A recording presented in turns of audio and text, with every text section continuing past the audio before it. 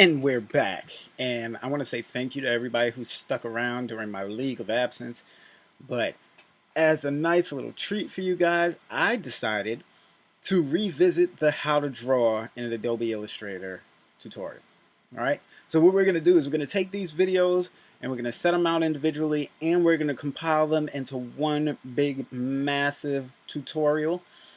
That way, if you just want to check out the individual pieces, you can do that. And if you want to check out the entire tutorial, you can do that as well.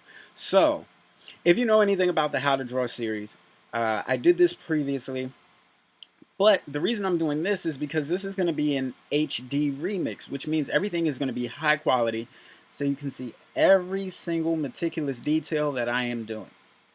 Now, the first thing we're going to want to start out with is we're going to start out with research. And anybody who's looking to draw something, or even in Adobe Illustrator, if you're starting from scratch, we want to do research. And the reason we do this research is to find things that may inspire us. A lot of people who are in the art world, even in, let's say, comic art or fantasy art, they'll create mood boards or storyboards. And these typically, a mood board is different than a storyboard, but a mood board essentially allows you to piece together different elements that tell you what it is that you want to be the overall feel, hence the name mood, for your actual piece that you're creating. So take, for example, if I had a car, some black liquid or shiny metal, I might be looking at something that's more modern, sleek, or, just sharp and dark.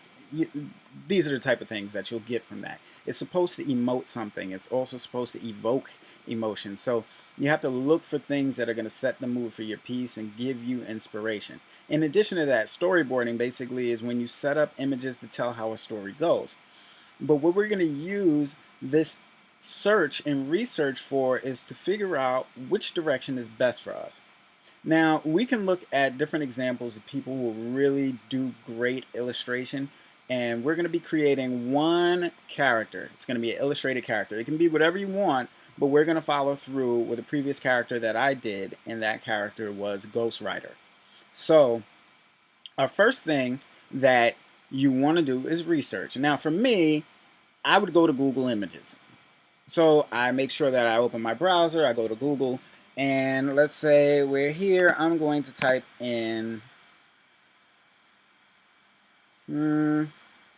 let's see, let's type in Ghost Rider. And there are going to be a ton of things that come up. Now I'm going to click images. Now the reason I'm doing this is because I'm going to be creating a comic book character. And it's already done, but I'm going to go through the steps by which I created it. And if this series goes well enough, what I'll do is I'll create a second one, and I'll create the individual steps that I needed in order for me to develop it, and you can see it as we go along developing the piece. All right, so let's get started. So we have Ghost Rider. We scroll down after we've clicked the images button, and you can see a plethora of images for Ghost Rider. There are a ton of them. Basically, flaming skull, leather jacket, flaming bike, chain. These are the things that are synonymous with Ghost Rider. So we just got to make sure that we're keeping these elements, or at least the majority of these elements, into play. So you want to make sure that your character is accurate. Now you can stylize him and do him any way that you want, or whatever your character is. You're not limited on that. You just want to make sure that the elements are there so that people can understand who the actual character that you're drawing is. Unless this is an original character that you're doing. So again, flames, skull, bike, and chains. Some of the Ghost Rider depictions have a horse. The newest one, I believe, has a car. It's just, those are the things that mainly change. And I believe the newest Ghost Rider has a completely different outfit. But we're going to go with the retro Ghost Rider and the one that everybody's most familiar with. And so we're going to stick with the leather jacket, flaming skull, chains, and the spikes on the shoulder. Okay, the bike is secondary because that often changes, so we're going to just ignore that for now. But now that we have our material, what I would suggest is, for your research purposes, select a few images and then take these images and save them. download them to a folder where you can keep all of your assets so that you can look back as reference material. Now, what you do not want to do is you don't want to copy. So don't just go in and say, oh, I'm going to do this exact thing. That's not the point of this. What we're doing is just gathering research now so we can create our own original concept. So take your time, go through, select your actual images, put them in a folder labeled assets, so that way you can refer to them later, and then we can get started on our next section. So this is the end of the first section.